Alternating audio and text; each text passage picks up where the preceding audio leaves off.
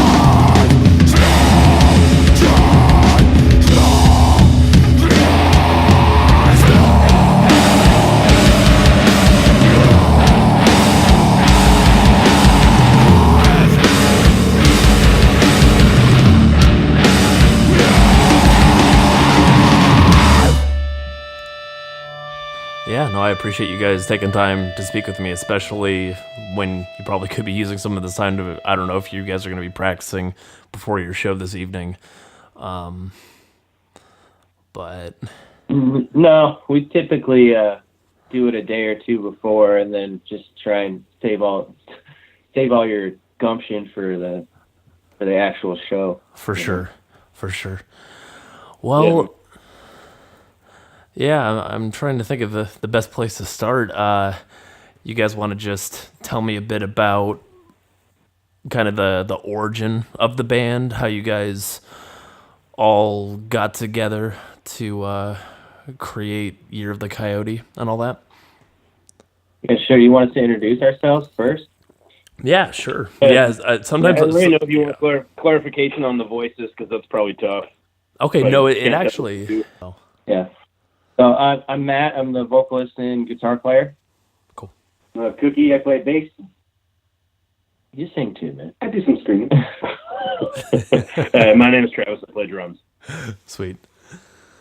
So, yeah, I appreciate you guys or Matt reaching out to me a couple weeks ago. I really enjoy your guys' stuff. But Awesome, thank you.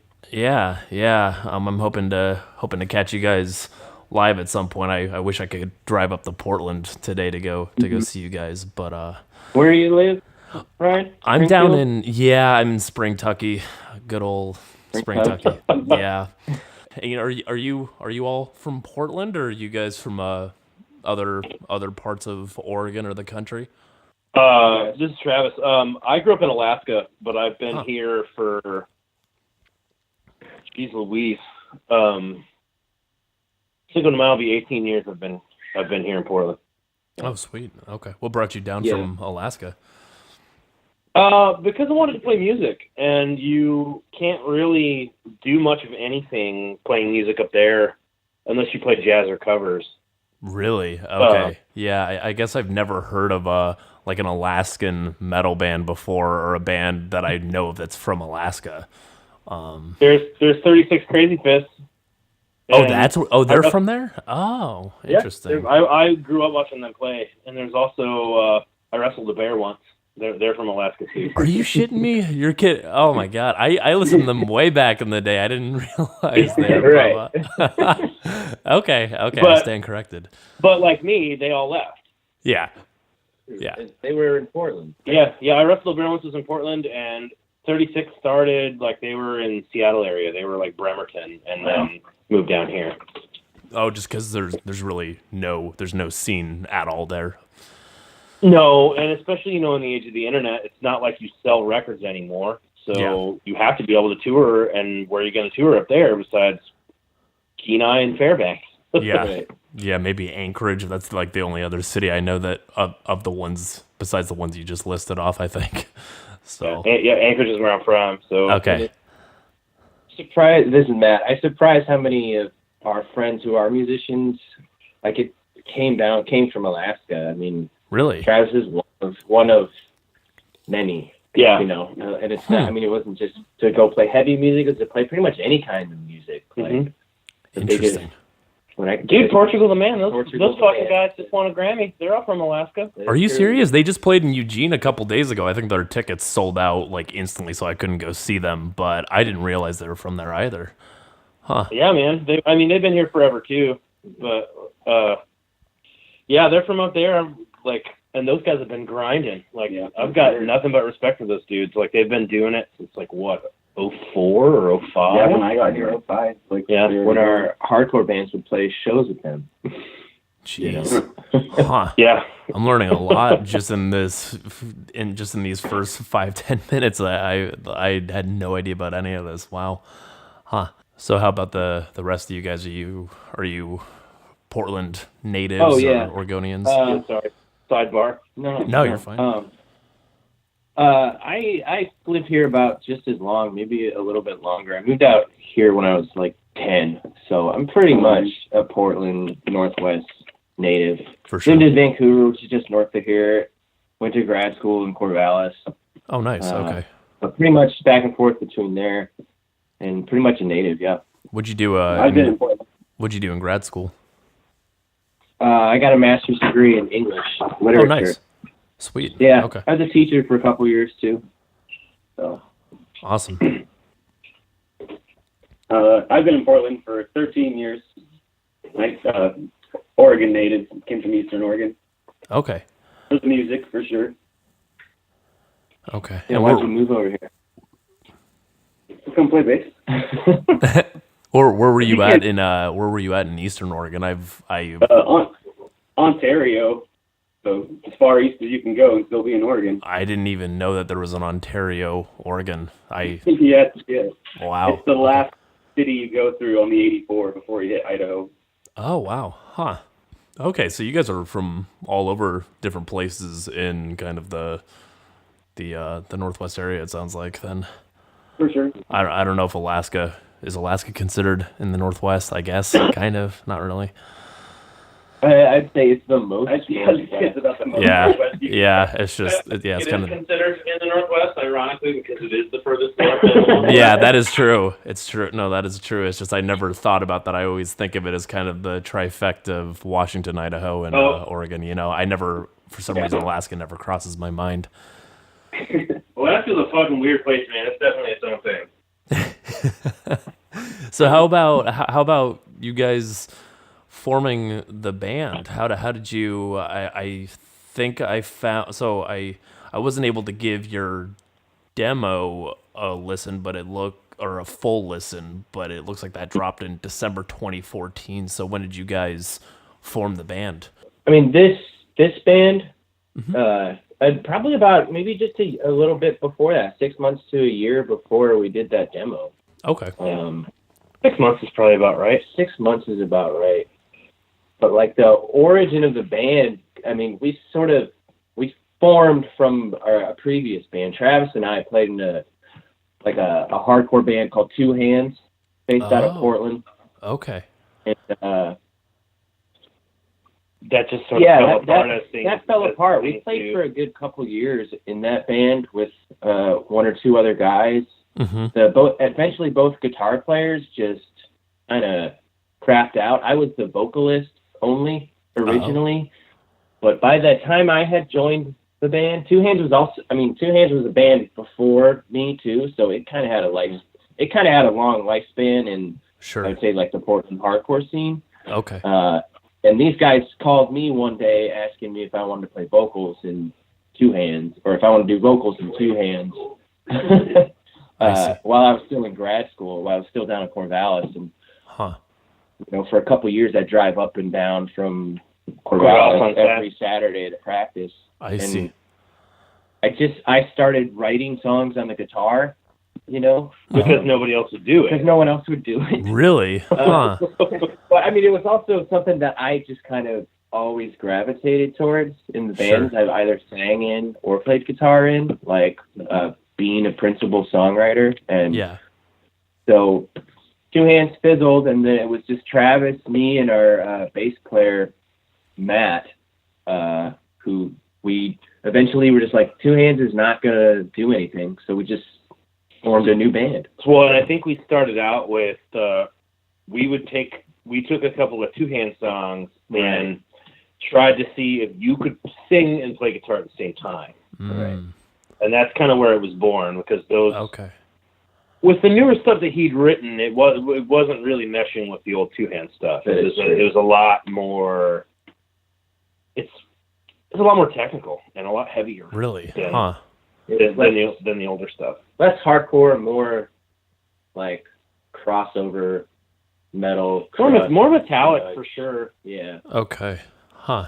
Yeah, I don't think I ever heard of that band before, but then again, I only lived in Portland for about a year, so I didn't really get a good feel for the scene. But right. Okay. And what could I ask a bit about the name itself? Like, what's the how'd you land on the name, or what's the kind of the meaning or the thrust behind it? It's actually taken from Two Hands lyrics. Yeah, it's actually the name of a Two Hands song of the previous band. Yeah. Okay. And I mean, I was singing vocals that weren't mine, so I couldn't exactly tell you what that is, but we like the name, Yeah. you know, and I mean, I think, obviously when you choose band names, it takes for fucking ever. I can't even imagine. No one's like anything that you originally come up with. And part of it was just like, it's a bit of an homage to like where this music came from. Yeah. But I think of it as like sort of like a metaphor too for like desperate times, you know? Sure. If it's like the coyotes take over the land, Yeah. you know, then shit is shit. Yeah, if the scavengers are having a good year, then everything must be pretty shitty. Yeah. So what are your respective backgrounds and such in music? So you had that. So you were in that band, the Two Hands. Were you in bands prior to that? Going back even further, or? Oh yeah, we've all been in a long line of bands for sure. Okay. See, I've played in a couple bands with Travis now. 3 or 4 together so far. Oh wow. Okay. Yeah, this is number 3. Yeah. But yeah, so just a bunch of stuff all the way back to Sure. high school, and played in marching band and jazz band, playing guitar back then. And is this would you guys say that Year of the Coyote is with you three, is this a pretty solid trifecta of like you get like this is a pretty solid band, and that's kind of how it'll be going forward for future releases and such? I certainly hope so. Yeah. You know, Yeah. As best I can tell. we're the best I can tell. And I mean, these are two of the best guys I've ever played with, and yeah, just two of the like best friends I've ever played with. You know, and that's hard to beat. I think we really we respect each other a lot too. Yeah, for sure. And I think we've been in bands before and had members before where we know it's just toxic or it doesn't work. Or, Like the time that you had to separate me and Matt. right, yeah. I mean, originally, our original bass player, you know, God bless his soul and his heart. I love him to death, but wasn't always the best relationship with Travis. But, I mean, to speak about my own, like, you know, I guess musical background and, like, introduction into playing in bands, I mean, Yeah. like most of us, it started in high school. Mm-hmm. You know, I was probably introduced to like hardcore and underground heavy music when I was a freshman or a sophomore. Yeah. Started playing had a band with no drummer for years, and then had to have someone who just kind of happened to know how to play drums play, and from there, you know, back, 17 years ago, 18 years ago. Yeah. There was like an all ages scene in Vancouver, just north of here, Vancouver, Washington, and Portland. Mm-hmm. You know, and there was a lot of venues. There was venues that our friends would run, and have shows. You know, Sometimes they wouldn't last, like DIY. Like sometimes they wouldn't last long, and then they'd reopen. And, Sure. yeah. Sure. So at some point, you know, we all crossed each other. The three of us definitely crossed each other's paths for years. You know, We have a bonus band for sure. like I had a high school band that, you know, picked up a little bit, and then I was in a grindcore band, Oh, nice. like tech metal band, Wow. with some other guys I knew, and I was also in a much more like straightforward, like Buried Alive style, like Sure. breakdowny, heavy hardcore band that was probably the most successful. And that's probably the most time that, like, Dare I say metalcore? Yeah, sure. Yeah, I don't think we would have said that. We would have been like, oh man, we're like Turmoil, we're like Buried Alive. Yeah, Hey, we get labeled as metalcore. I mean, it is what it is. sure. Yeah, It's whatever. it's a label. Yeah. Yeah. How do you guys in general? I've spoken with some folks, and some folks are, you know, very outspoken against just like being labeled specific things. Like, do you guys try to adhere to a certain style and sound, or do you just kind of like to play what you play and prefer to, you know, not be categorized or lumped in with bands of, you know, genres that may sound similar to yours? I mean, a title's a title. Like, I take it all with a grain of salt. Like, it doesn't really mean much to me. People can call us whatever they want. Sure. As far as trying to make the music sound a certain way or be a certain thing, we don't at all. It's just Okay. we're just playing, and this is just what comes out. And Sure. I mean, we're definitely inspired though by like I would say like a range of heavy bands. mm-hmm. Oh yeah. And you know, over the years, you're into certain kinds of heavy music, and then it just, you know, older you get, I think I don't know, maybe your range of influence gets more specific, I guess. Like, Sure. I feel like it's always like, for me, it's always like I'm kind of chasing in musicianship wise. Like I pretty continually listen to stuff that's more advanced than what my ability to play is. that is definitely true. So it's like the little things that I can steal and I can apply, you know, it's kind of, I guess, how I grow as a player. Yeah. I see. Could you that's give me? why I always say, like, Yeah. sorry, go ahead. No, you go ahead. No worries.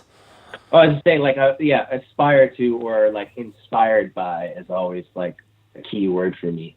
You know, I'm never in. You know, so that's why it's hard to always be like, yeah, we sound just like this or just like that. You know. Yeah. Well, when people ask me what our band sounds like, my jokey joke answer is that they should file it under Converge worship. Well, That's every single heavy band. yeah. Well, going back to that point, I found that to be an interesting insight. Like, being inspired by bands that, you know, from maybe a technical level that are that you're kind of using as a way to learn to be. Pardon me for I may be botching this, but, you know, listening to bands that may be more technical in their skill level. Like, what could you give me a couple examples of some bands that inspire you, that you're aspiring to, like, you know, like as a musician, try and shape and work yourself to be as proficient or as technical as they? Sure. I've been listening to a lot of stuff like progressive stuff, like a lot of Animals as Leaders. Oh, like yeah. Yeah. They're nuts. Dude, that drummer is like, everybody in that band is a goddamn animal. It's like, I can't get anywhere close to that kind of stuff, but the things that I hear and I like, you know, I'll try to apply to what we're doing. I see. Huh. I think that when the three of us are inspired by different things, I think it just kind of helps to sort of just create the sound that we have and not be too worried about what labels there are. I really want this to sound like that, you know. It's like I get stoked about a part that sounds like, oh man, that sounds like Torch Runner or something that's just vicious, grinding, hardcore.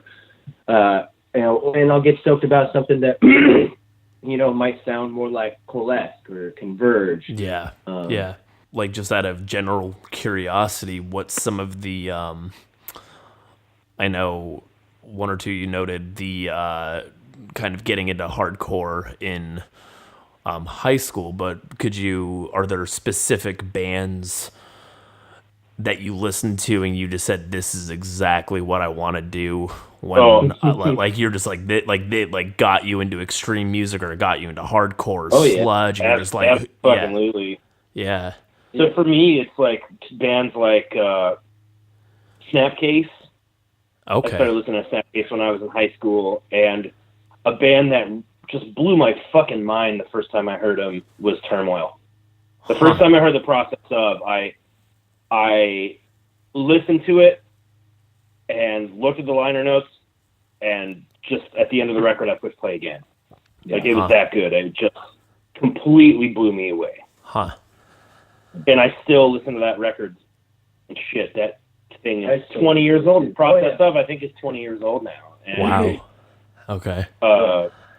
And I still listen to it at least once a month. Right. Same with Progression Through Unlearning. I listen to that once a month too. Yeah, for sure. Those are, I mean, honestly, those are two really formative albums for me too.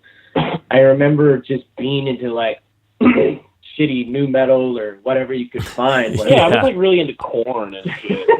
12 or 13, and my brothers. When it's the heaviest thing on the radio, you know. One of my brother's, best friends would casually mention like, "Oh man, you gotta like listen to some hardcore," and I was like, "What is that?" And so I just kept asking him like if I could borrow a CD, and it just took forever, Sure. And he gave me a Snapcase, Progression Through and Learning, and he gave me a Victory Records compilation. Mm-hmm. And I put in that Snapcase album, and it was the same thing. It was like, this is it, man. This is what I want to hear. This is what I want to do, And then the first song I think on that Victory Records comp was an Earth Crisis song. Okay. And I thought to myself, this is the heaviest shit I've ever heard in my life. Yeah. I grew up with I was way more into pop punk and punk rock in high school for most of it. Mm-hmm. Until I heard Poison the Wells, Opposite of December, when that came out. Okay. I switched sides pretty quick. Huh. And then Ashes of the Wake from Lamb of God. That one was pretty typical, where I was just like, all right. Sure. This is what I want to do. This is the kind of music I want to play. I need to get heavy. I need to get heavy now. That's what we did. We quit the punk rock band and made a metal band. Yeah, pretty much. I see. I was always punk was kind of a side trip for me because I was pretty hesh as a little kid, like Metallica and Pantera and shit like that. I'm the resident old guy of the band, so like. When did you start Born Losers, though? I joined the Born Losers because it was a bunch of friends from Alaska who played in punk rock bands, and our bands would play shows together, and that was like, like 02? 03? Oh wow. So how is it, how is it in the Portland scene, or kind of existing and playing in the Portland scene? I'm not as well versed in, say, hardcore as many other folks. I'm kind of scatterbrained with all the stuff I listen to, but in the grander, in the larger context of Portland, where do you guys fit in? The Portland crowd's kind of weird because it's pretty big, but no one ever seems to enjoy it. And we're not a very toe tapping band anyway. So Sure. We kind of do. I just have to sit there and just take it in a little bit. Yeah. But there's always a bunch of people around. Yeah. I mean, as far as like a true hardcore scene, Mm-hmm. I think we're a bit removed from that now. Well, it's still there, but it's younger group of kids, just like we were 10 years ago. I was gonna ask if is it still there, and we're just getting older and more out of touch. I think we're a a little older. I think I'm getting older and a little more out of touch. But I mean, I think if we got maybe 1 foot in one door, 1 foot in the other. Because I mean, Sure. I think as far as like an older crowd, like 21 and over crowd, Portland is definitely a metal, stoner, noise rock, like heavy noise rock kind of scene. And we play those shows. I mean, we're playing one of those shows tonight. The other two bands we're playing with are like heavy noise rock bands, And so for us to play, I guess, a show with like, I guess you'd say similar sounding, just kind of like vicious hardcore metal bands is not always the case for us, I see. So, But I think that's not necessarily a bad thing. One of the things that I really enjoy about Portland is how diverse it is musically, and our CD release. We're buddies with all of the bands that are playing, and one of the bands is even like, I mean, I would call it like pop punk. It's almost like great friends of ours. The guy that recorded the record, he's in the band, and it's. I don't really personally need to play with bands that sound just like that. Yeah, me either. It's kind of fun to watch different bands, Of course. at the shows we're playing. Yeah. No, I think that's always more exciting to go to a show when it's not just, like 3 death metal bands or 3 whatever, and you're just like, and you just get bored after, watching the first band when there's some, totally. Yeah. Yeah. Right. So how about talking about your latest LP? Or I guess this is technically your day. This is going to be your. It's not a debut, but it's going to be your first full length record, Siege. Yes. So how was. So how did the kind of the idea, or where did where did the like how'd you guys come up with it, or what was kind of the origin of it? On a basic level, it was all the songs that we had. Yeah, it's all Okay. the songs that we did so far. Yeah. Well, no, it was all the it was me being a butthole about it too. How if we wanted to record 10, we needed 13. Right. That's true. So we had songs we had out of so we left all the demo songs off the record. Mm-hmm. Well, We did leave one in. Yeah, we did leave one in. So Mm-hmm. So there was a couple songs we just didn't record Okay. that we demoed. because I just wanted to have a lot to choose from to maximize. Right. Yeah. Sure. And we had, so it had been a couple years, and we had batted around doing an EP, stuff like that. And then Travis was just like, well, if we're going to do it, just go all the way. Let's Yeah. go. And it was like, all right. We wrote like 2 more songs after that, 2 or 3 more songs. And Yeah. And So, I mean, we, Unless you're going to be real on the ball and drop an EP every single year, then Yeah. it even seems a little easier to me because we had the stuff, we were close. Sure. yeah. So what's Go all the way. I like the idea of doing a full length as like a debut album for this band too. sure. Yeah.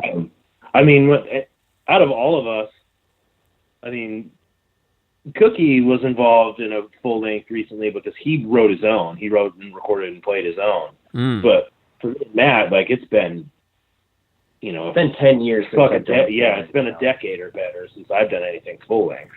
I see. Yeah. So okay. No. Okay. So what was the? So how just from writing when you write a song, what is your process? Like, do you do the riffs first, or is that do you have certain feelings or lyrics that you try and fit riffs to? Like, how do you usually start, piecing a song together? I feel like that's a question for me. I mean, it usually starts with the music. It starts with a set of riffs. I mean, I would say that the emotional sentiment of any of the lyrics that I would write, for this music are going to be pretty much in the same sort of atmosphere as each other. You know what I mean? Sure. I mean, it's not like I'm working with a whole range of emotion. Yeah, we're not writing songs about butterflies and rainbows. No, I don't get that impression from the songs I listen to at all. No, and so I mean, it's usually I do a lot of the initial upfront songwriting. So if I have something that is maybe 70-80% there, I'll bring it to the table and we'll bang it out.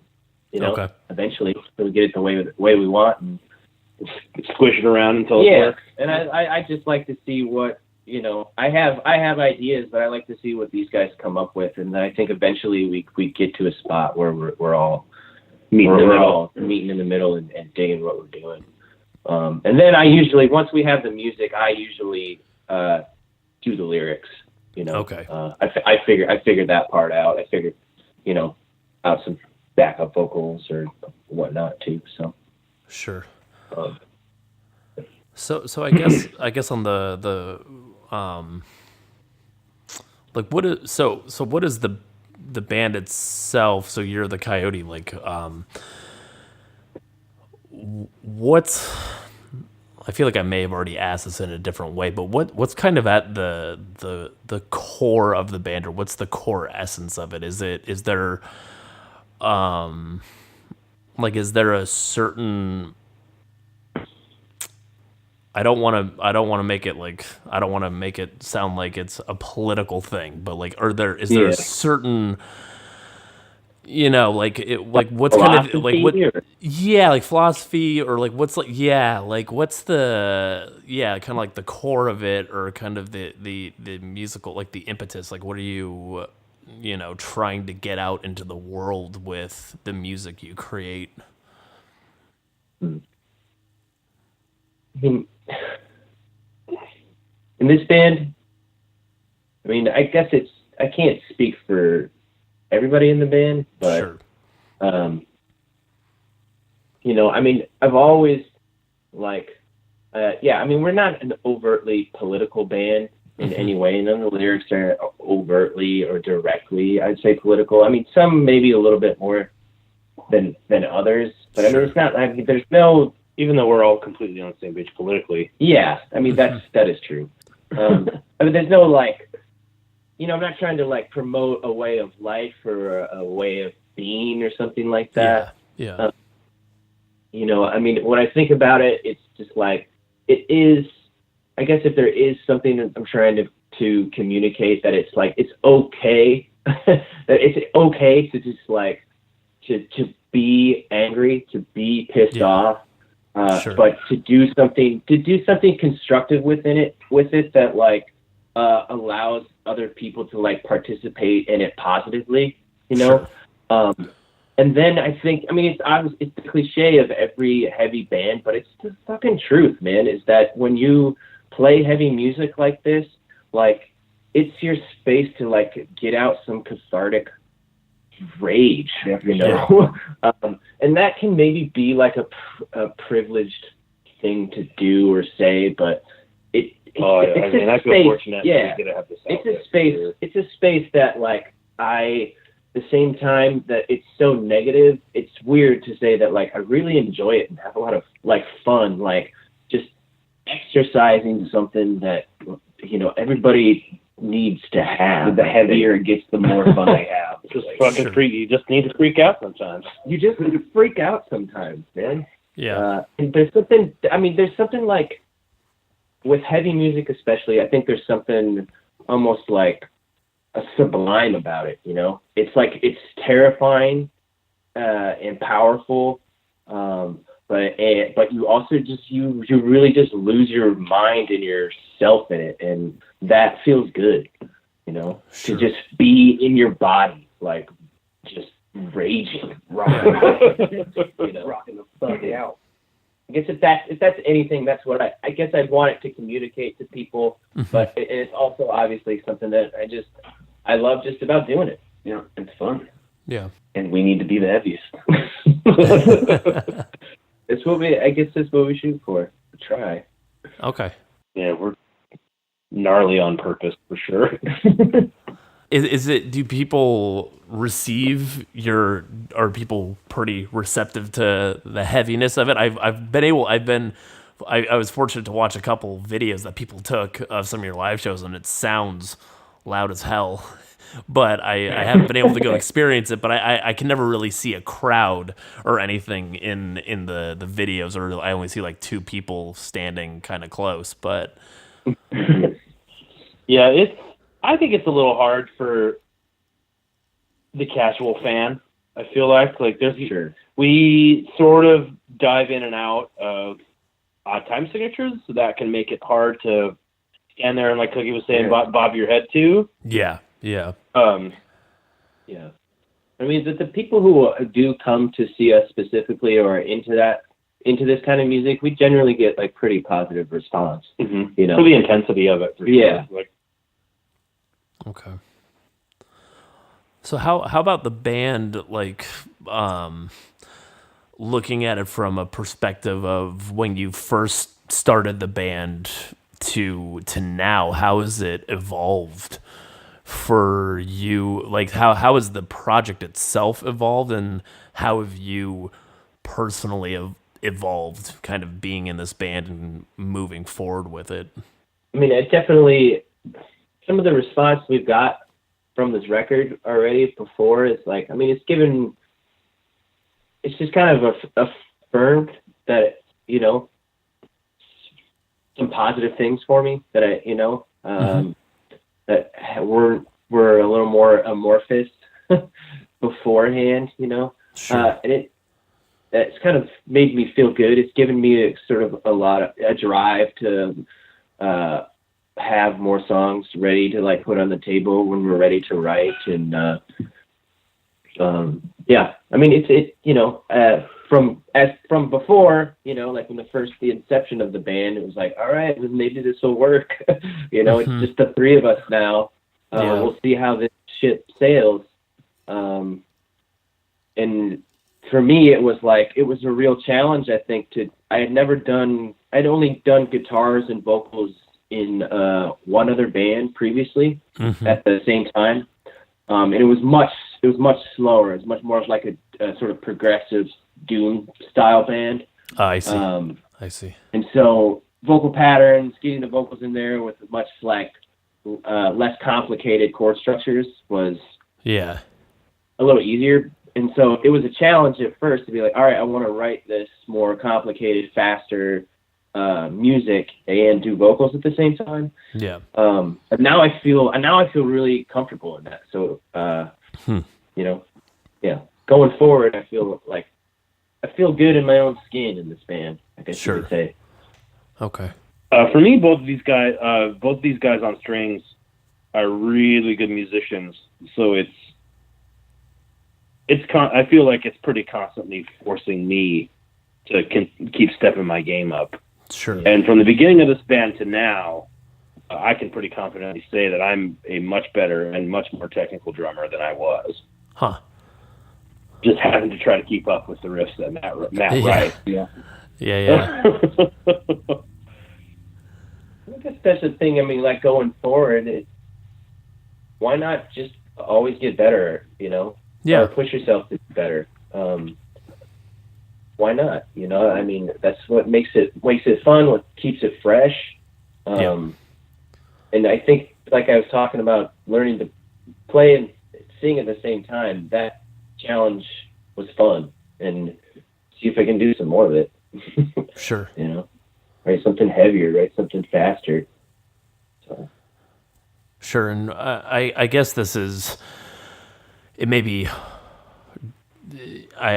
since your first LP is on the horizon, but are there certain, you know, going beyond Siege, are there certain areas, you know, certain, you know, riffs or genres or things you can see see yourself experimenting with and pushing this band in, you know, different sonic directions? I always try to get Matt to at least give us like a breakdown that somebody can grasp when we're playing. Sure. Besides just that. But anytime we get close to that, I get bored and just want to get more technical again. I see. I'm like, you're right. You're right. All right. Shred. Back to the shred. Okay. I mean, fuck Bob and Head. Let's get gnarly. Yeah. I mean, I think there's going to be a part of me. I mean, just when we were talking about like the kind of the philosophy of the music we play, there's always going to be a part of me that just wants to have those songs that are just 120% from start to finish. They're only about 2 minutes long, you know, and that they're just crushing. And the part of me, I think, is always going to love that. But I mean, so even on this record, you know, the title track I would say, it was a stretch for us. You know, I mean, it's as heavy as it is. It's definitely a lot. The tempo is a lot slower. It's much more like repetitive and repetitive influence. And so, because we always joke, you know, it's like we need a slow jam. We need like a song to like breathe. Yeah, of course. That's driven by me. Like, well, man, I need a break. I can't do 30 minutes of double kick and blast beat. And I need a break here. You know, we ended up really liking that song. That's the title track? Yeah, the title track. Yeah. And so, I mean, exploring things in maybe like a more like sludgier, slower direction is always fun for me. Yeah. And even some maybe more like mid-tempo stuff. The three, you know, Travis and I are really inspired by Cole S. You know, so writing something more in like just those dirty, nasty weird time signatures with more of like something mid-tempo. is interesting to me and definitely on my docket of something I want to like try and do. So Sure. Okay. It's like James Dweez. And how about just, I guess we already touched a bit on it with kind of the philosophy of the band, but with respect to the lyrics themselves and the way they're written, I found them quite interesting, and I liked, there's, I just really liked just some of the wording and a little bit of the poeticism going on there. What is the, appreciate that. Thank you. what compels you to write lyrics in the way you do? Is there something you just see, anemic in society and humanity that you're trying to I guess it kind of pairs well with the ferocity of the instrumentation. Yeah, but just articulating. Oh, sure. Yeah. Sure. Yeah. I mean, I would say I usually write lyrics almost like usually as a reaction to something I see or experience, Sure. Usually a set of lyrics comes out of me like not too long after I see something or hear something or experience something that I think is fucked. Yeah. Yeah. So yeah, I mean, the majority of the songs lyrically on the album, I guess express that sentiment. They're about the anxiety, of living in the times that we do now. McCarthy. Yeah, I mean, and it's I'm an English major. I studied literature, so for you to say that there's some poetics in it, it makes me feel good. Yeah.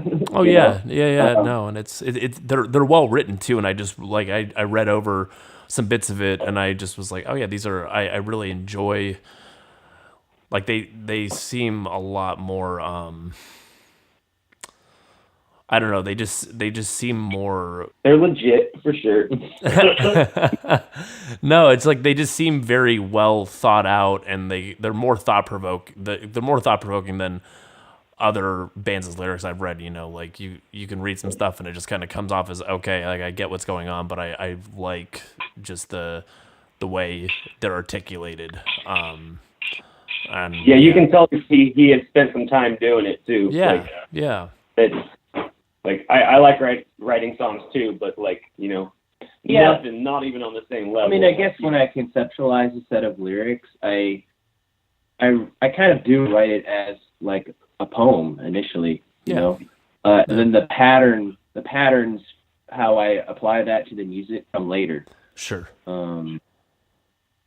So, yeah. Okay. And do you guys, so just out of general curiosity, what do you guys do outside of the band? I assume that the band isn't like your full-time gig or anything like that. Oh God, no. Cookie has the coolest job. This band don't pay shit. Cookie has the coolest job. I work for a guitar amp company. Oh, nice. Here in Portland, doing all the wrapping on the amps and stuff. I feel like you're severely underselling it. It's a boutique custom amp company, like very serious amplifier. Or for Ryan Adams down at NAMM and stuff. Oh, okay. Pretty dope. Right, and Bon Iver. Oh yeah, Bon Iver just bought an amp, a clutch. I was taking an amp on tour. Oh, are you serious? Oh man. But yeah, I'm a fleet manager for Stumptown Coffee. Okay. Very exciting. And I don't even know how to say it. I'm basically information management. Yeah, I don't want to I don't know. Do I out where I work? Like, doesn't matter. Oh no. And I'm sorry. I wasn't trying to like get. I was just just like general curiosity, like what you guys do outside of, outside of the music. I don't need to know. Like the specific. This is legitimately what I do for fun. Like playing music is definitely what I do. This is my art and my social life. Yeah, for sure. I mean, it always has been. I can't see myself not having music. Yeah, being creative and having some beers with your buddies. Yeah, I guess, I mean, there's a tie-in to one of my interests is craft beer. Beer drinking. Yeah. Yeah, Pretty high on the list. Everybody in the band is pretty interested in beer. That seems to be pretty, especially like in the Northwest, just where all the microbreweries are. That's a pretty commonplace, or Right. that's pretty. Oh, we live in beer mecca, if you ask me. And Yeah. I'm drinking hams over here. Yeah, definitely over my straight edge space. San Diegans and a few places on the East Coast would argue, but I really do think that we live in beer utopia up here in the Northwest. Oh yeah, for sure. If there's usually I like to, end or just kind of wrap up a conversation, and we generally like to see or ask bands or band members about like new bands or new record labels or anything that you like recommend folks check out, just to kind of keep information flowing through, just about the scene maybe in Portland or anything. If there are certain recommendations or bands you really like that you think a lot of people aren't giving enough love to. All of the bands that are going to be on our record release are all great bands. All Portland bands. So Beach Party, Hair Puller, who are fucking awesome. I don't know when they've got a record coming out or what the nature of it is, but I know that they were recording recently. Oh, sweet. So I'm definitely looking forward to that. And a band called She, they just put something out a couple of months ago. We did a tape, yeah. And there are a couple of bands from Seattle that I'm super stoked on too. We played with a band at our last show we played with a couple of really fucking awesome bands, but there's a band called Impulse Noise that blew me away. They were awesome. Fucking outstanding. Like the best band that I'd never heard that I've seen in quite some time. What do they play? Some probably similar style to us. It's cool. Grindy hardcore, but pretty much a little more grindcore though. Yeah. Oh, and sweet. Power Violence than we are. They're also they also had members of Endorphins Lost, which is a great like power violence hardcore grind crust band from Seattle. And the other band we played with at that last show, they're called Repudiate. The drummer in that band goes back a little ways with us. Actually, back to playing shows with our Travis and I's hardcore band, Two Hands. But they're pretty rad, like crust. D-beat band from Seattle that I'd recommend, and Matt's also in another I I was gonna bring them up. Fucked in Bound. Yeah.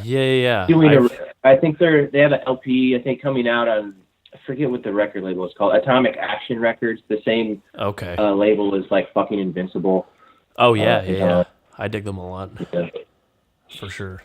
Yeah, so all those come highly recommended. I do really want Hair Puller to have an album come out soon. Yeah, I've not heard of them before. They sound pretty good though. Yeah, if you get a chance to check out, they have a split just on Bandcamp, I think, with a band called Dead Tropics that I think now defunct here, but it's worth checking out. Hair Puller is definitely a great like sort of crossover of like noise rock and hardcore. Sweet. Okay. So.